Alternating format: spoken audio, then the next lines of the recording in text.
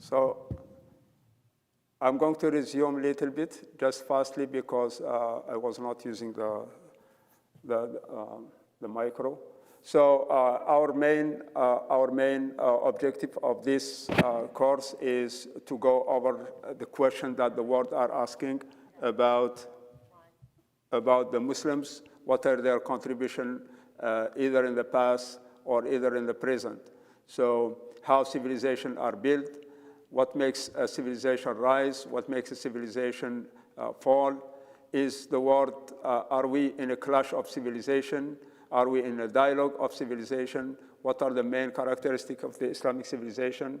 And how to build a Muslim mind that is proud of the civilization of, and the contribution of our ancestors. So mainly the objectives are, we know the history and the role model of iconic leaders.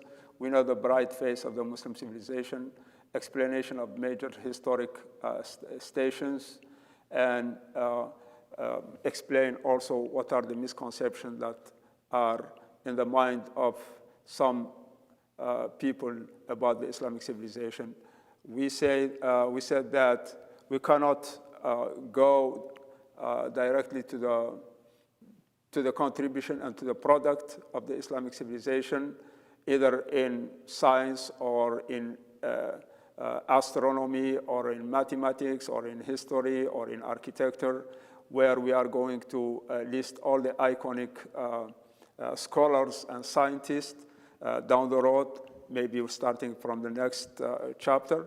So, but we have to create a full picture and a mind, what is the source of the Islamic civilization, and we cannot go back to the source unless we know that we are created, we are a human being created by Allah subhanahu wa ta'ala, and we have Allah subhanahu wa ta'ala created us, and for a reason, in order to populate the earth, and in order to do good on the earth and forbid the bad. So once we have a picture, a full picture about why we are here as Muslims, as non-Muslims, as a human, then we'll start knowing what is our role on the earth, and go back to the Creator and the creation. We are not the only creation of Allah subhanahu wa ta'ala. Allah created a world around us. Allah created galaxies around us. Allah created animals. Allah created many worlds, many universes. So, but as a human, Allah subhanahu wa ta'ala select us to be the representative of the good on the earth, and He sent us prophets, and we know that all the prophets are sent to a population, to a tribe, in a different time, starting from Sayyidina Adam alayhi salam until the last messenger Muhammad sallallahu alayhi wa sallam, with the same vision, which is worshiping Allah subhanahu wa ta'ala, with the same mission. All the prophets, they have the same mission, and the same message to the humanity is to worship Allah subhanahu wa ta'ala and to do good on the earth. So all the prophets are brothers with a different experience and in different time. So we go back that the prophets are sent to the human in different time. Sometimes the experience of the prophet is with one tribe, sometimes is with one population of a village, sometimes is with a tribe like the Israelites, sometimes is with the whole world, where Allah subhanahu wa ta'ala sent Muhammad sallallahu alayhi wa sallam to the whole world. So we know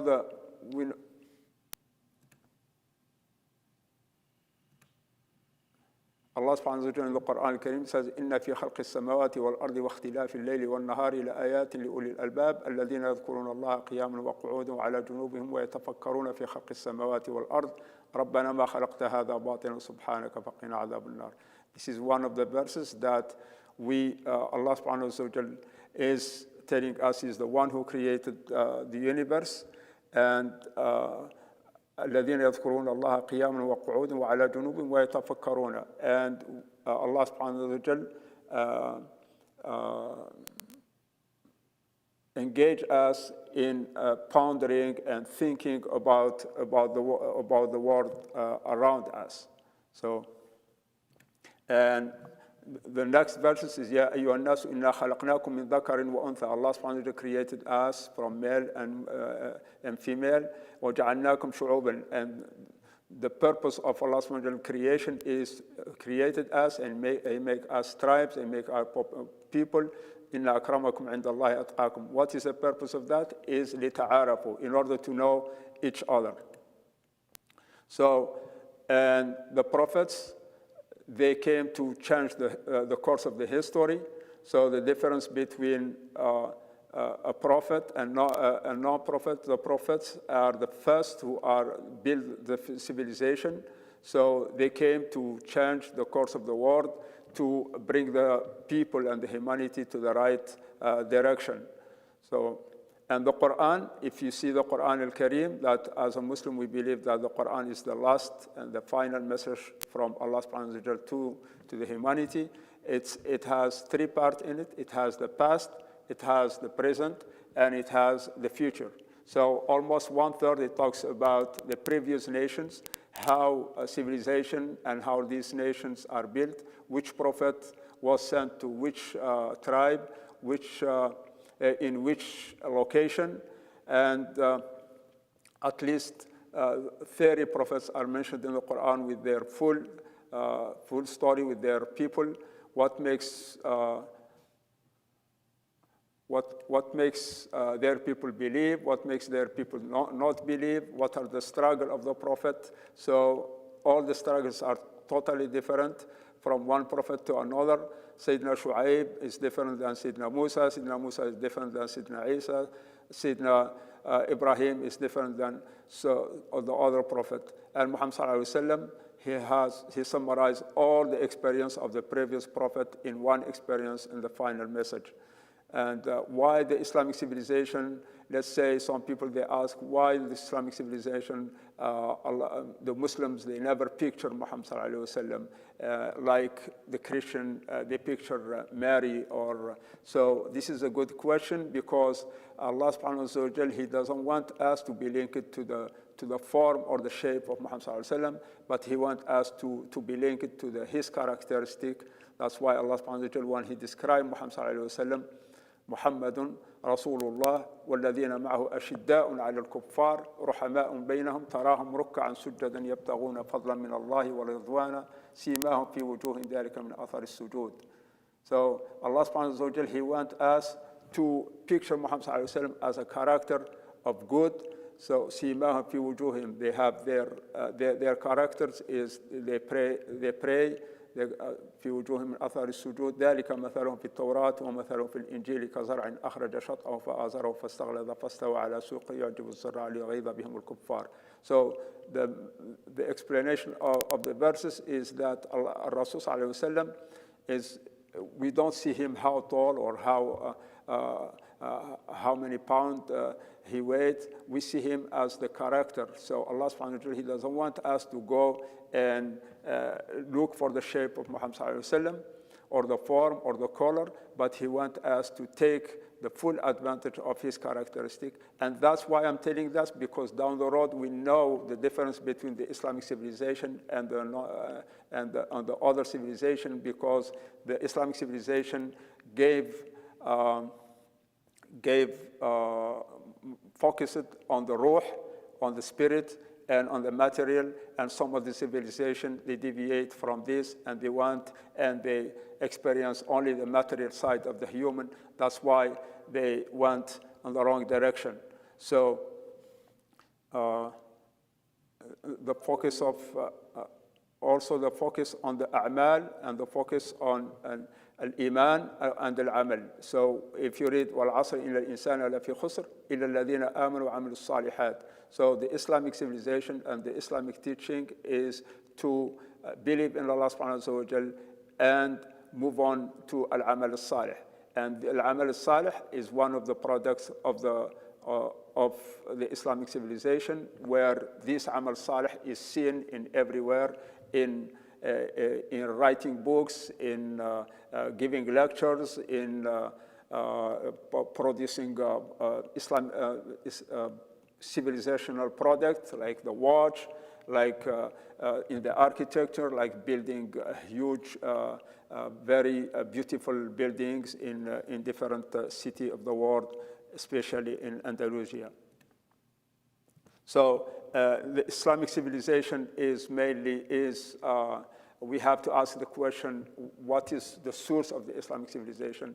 And the Islamic civilization, we cannot read the Islamic civilization without having in mind that the main source of the Islamic civilization first is the Quran. This is the Quran, and which is 114 chapter. So, and the next is the Sunnah, which is the life of Prophet Muhammad sallallahu alaihi wasallam. So, if you start any teaching in any institution, you need two things. You need a book and you need a teacher. That's exactly what happened. Allah subhanahu wa ta'ala, He sent the book, which is Al-Quran, and He sent Muhammad sallallahu alaihi wasallam in order to teach this Quran to the communities and the community of the early Muslims. And from that's the source of building the Muslim civilization. So having in mind that the Quran and the Sunnah and the life of Muhammad sallallahu alaihi wasallam is the main source of the Islamic civilization, down the road you will know exactly that all these contributors of civilization, always they have in mind, in their heart and in their mind, the Quran and the life of Muhammad sallallahu alaihi wasallam. So that's the GPS that they took in their mind, where they can direct wherever they go. Like Rasul sallallahu alaihi wasallam, he said, "Al-mu'minu kal-ghayth aynama waqa'na fa'al." Mu'min is like the rain. Wherever it falls, it gives benefit. That's the Muslim. That's the reality of the Muslim. If it goes to Spain, or it goes to Malaysia, or it goes to China, it gives the good, it produces the good. So what are the pillars of the Islamic civilization? The pillar of Islamic civilization are the Iman. First of all, we have to have an Iman. These are the pillars that any scholar, any scientist, he has to have this pillar of Islam before having any product of a civilization that is related to Islam. So mainly, if we want to say what is Islamic civilization, Islamic is the contribution of the Muslim in the civilization. And yes, the Muslim, what we mean by the Muslim, we mean that by the Muslim, all the Muslims. Arabs, no Arabs, black, white. So all the Muslims who contribute in the Islamic civilization are Muslims, and that's why we come up with the title Islamic Civilization. So the Islamic civilization is not based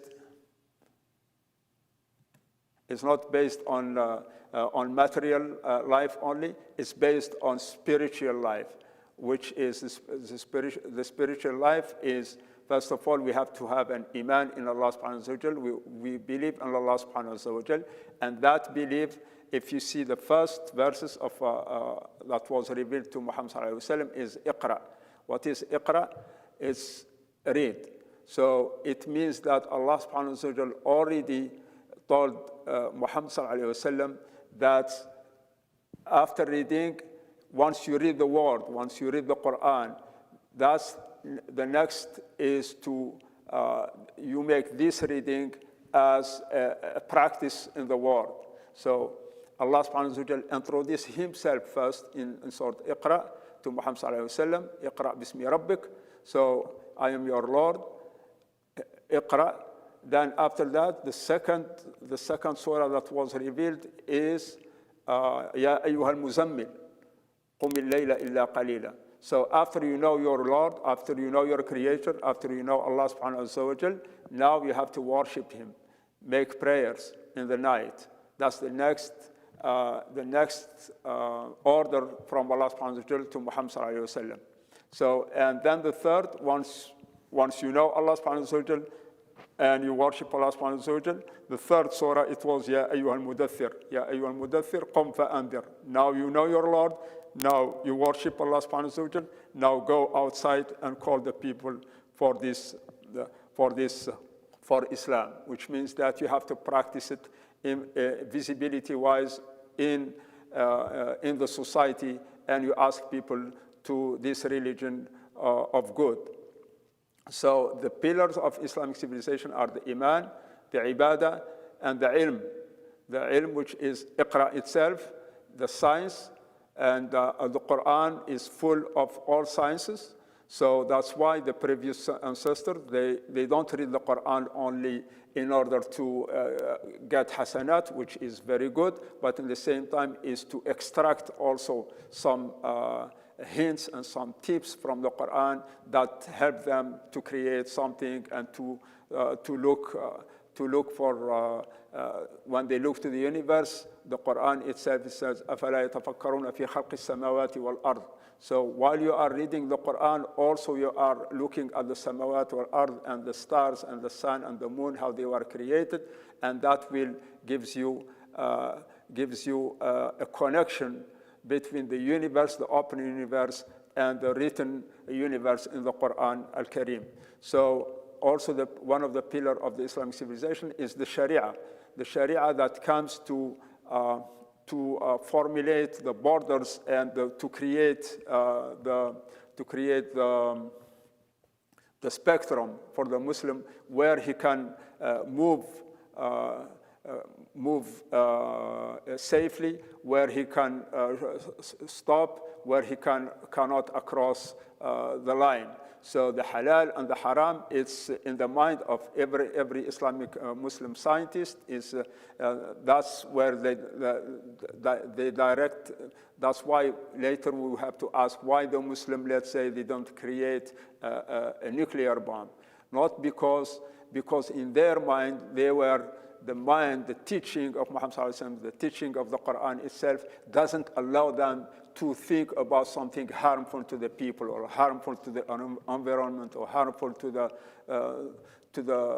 animals or harmful to anybody. It means that they were thinking always, when they expand on the earth, they were thinking how to bring good to people. They were not thinking how to harm people. Once we understand that, that's why you understand that the Muslim scientists, once they look for something beneficial to the people around them. They don't look for some people that is harmful to the people around them. So, and the akhlaq, the ethics, so any movement is based on the ethics, and these ethics are extracted from the Quran. They don't cheat, they don't lie, they don't, if they extract something from the Greco or the Roman, they write it down. So we know that all civilization is not one. Every civilization borrows something from the previous ones. So same thing like the Muslim, they borrow something from the Persian, something from the Greek, something from the Roman, and on the top of that, they added to what is borrowed, and they were not looking only how to borrow, also how to read with a critical mind this previous civilization, and to find out what went wrong, what went right. And then, so the Islamic civilization is not built on something that is nothing. It was built on, first of all, the Quran and the Sunnah, and some of the products of the previous civilization. So that's why you can see it like the input and the output. There is many input, and then the output is the product of the Islamic civilization that we are seeing, especially from the time of the Umayyad until the fall of Andalusia. Inshallah, we are going to go deeply in the later, inshallah, chapters, inshallah. So, active civilization, disconnection. So there are many questions, and I want to show you this piece of YouTube, and hopefully you can see it with me. Because we are having few time. So let me show you.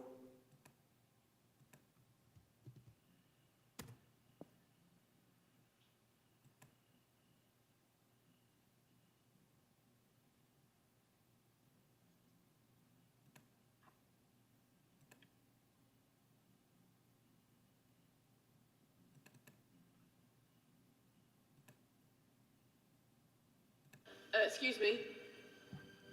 Hopefully. Sorry to bother you. What do you want? We need to find out what impact the Dark Ages had on the modern world. Never was a period of history so poorly named. Don't touch. It's priceless. And I suppose someone's been filling your head with the usual nonsense, eh? 1,000 wasted years. A black hole in history, am I right? Yeah, sort of. You see, it's always the same. You assume. It was all mud, disease, death and destruction, with marauding mobs of barbarians ripping down the good of former civilizations, burning and plundering as they went. Nothing of any worth invented either, eh? Oh, no. Go on, we offer you. Sorry to bother you. Come on, it's probably not worth it. Everyone knows that the Greeks and Romans invented everything anyway. Oh, did they now? You're sure about that, are you?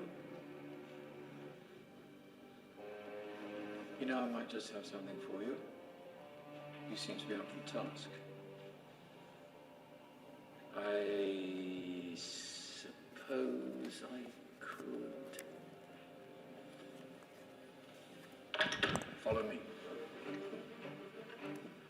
I've got just the book for you.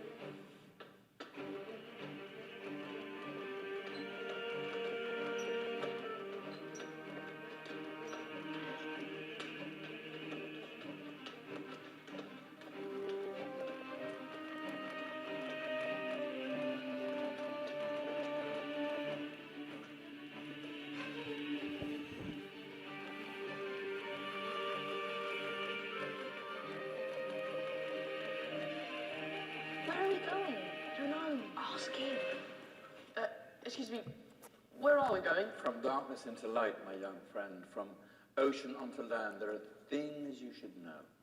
Oh, yes, indeed. Yes, indeed.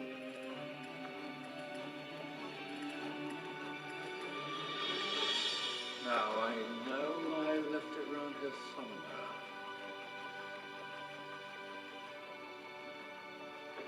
Ah! Here it is. Now, take a look. If you dare.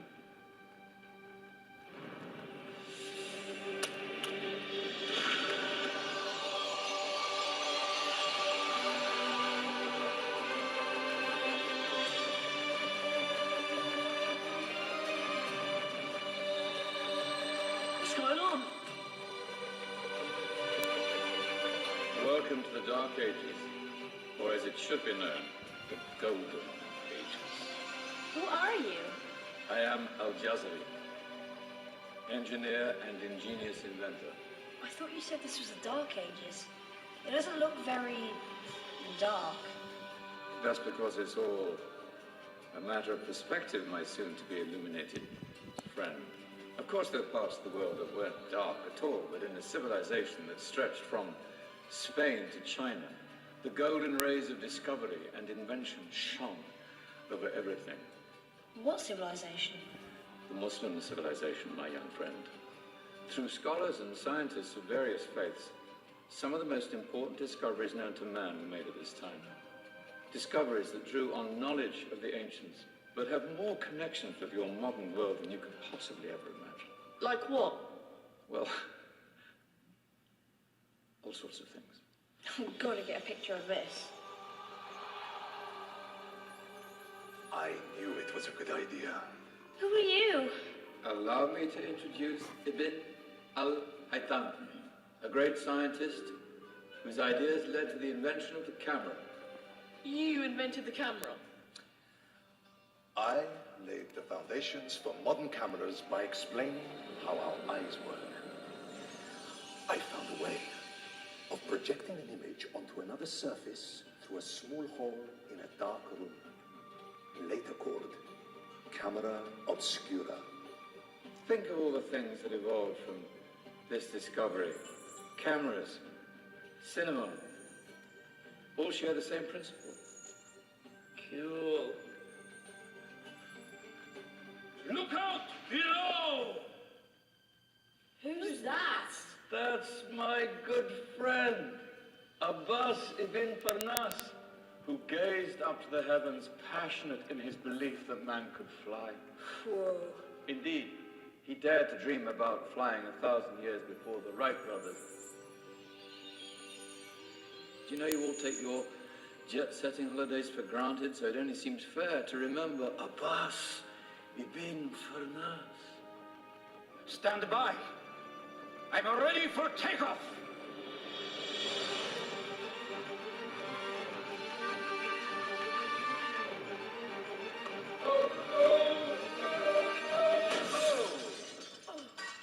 You did forget one thing, though. The tail, useful for landing. Is there a doctor in the house? Did someone call? Ah, my old friend, why don't you introduce yourself to my young guests? I am Abul Qasim al-Zahrawi.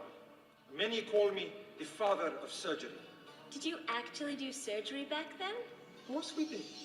In fact, many of the surgical tools that I invented are still used in your modern hospitals. Excuse me, the patient needs my attention. Scalpel? I think I may need some stitches. In that case, I'll use catgut Catgut? from the gut of animals. Perfect for stitching up internal wounds. Your surgeons are still using it today. Sorry, mustache.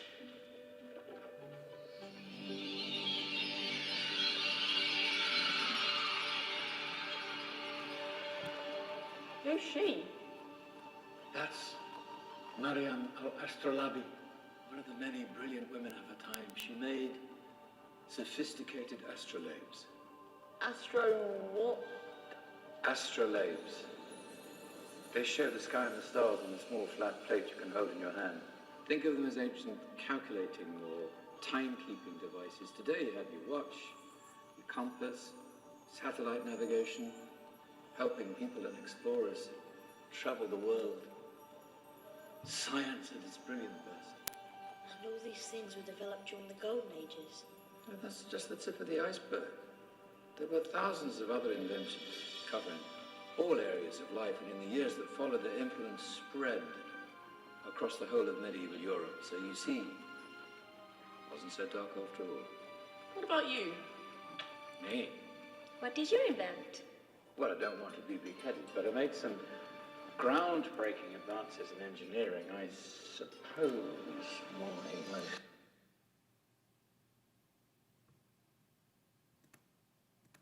So I think the time is almost done. So,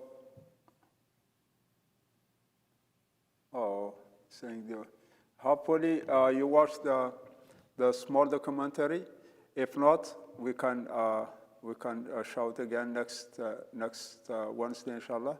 So keep in mind it's every Wednesday 7 to 7:40 because Zoom allow only 40 minutes. So please forgive if anything went wrong today. So inshallah, and keep your question. If you have any question for today's lessons, inshallah we'll revise the next week. Inshallah, we'll take the first 10 minutes, inshallah, to go over a small revision of this of today, and then before we start the next session, inshallah. I'm seeing that send the link for the comment from everyone.